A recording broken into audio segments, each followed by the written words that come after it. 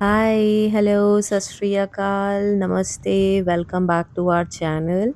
और अब हम जा रहे हैं एकता क्रूज़ का सफ़र करने एंड हमें और हमारी फैमिली को बहुत मज़ा आया इसमें। हमने बहुत एन्जॉय किया इसको। तो मैं आपको थोड़ा-सा बैकग्राउंड बता देती हूँ। हम लोग अपनी फैमिली के साथ आ रखे हैं स्टैच्यू ऑफ यूनिटी और अदर अट्रैक्शंस को देखने।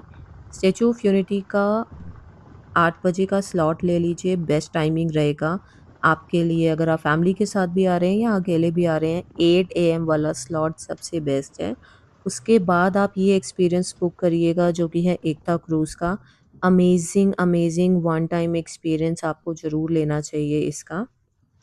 एक चीज़ मैं मेंशन करना चाहूँगी यहाँ पे भी, और स्टैच्यू ऑफ यूनिटी का या अदर अट्रैक्शंस जो भी आप बुक कर रहे हैं, उनके टिकट्स का आप प्रिंट आउट लेकर ज़रूर आएँ, क्योंकि कभी-कभी आपके जो फ़ोन में टिकट होती है, पीडीएफ होती है, वो खुलती नहीं है और कभी-कभी इनका जो स्कैनर होता है, वो स्कैन नहीं कर पाता है।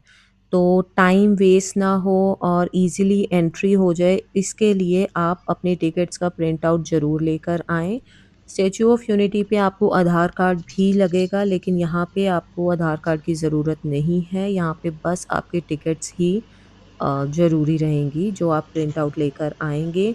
बहुत अमेज़िंग एक्सपीरियंस है, 2 तरह की क्रूज़ है, एक ये वाली जो कि सुबह से आई थिंक 5-6 बजे तक शाम के चलती है, और जो दूसरी वाली है वो डिनर वाली क्रूज़ है, नाइट टाइम में रहती है।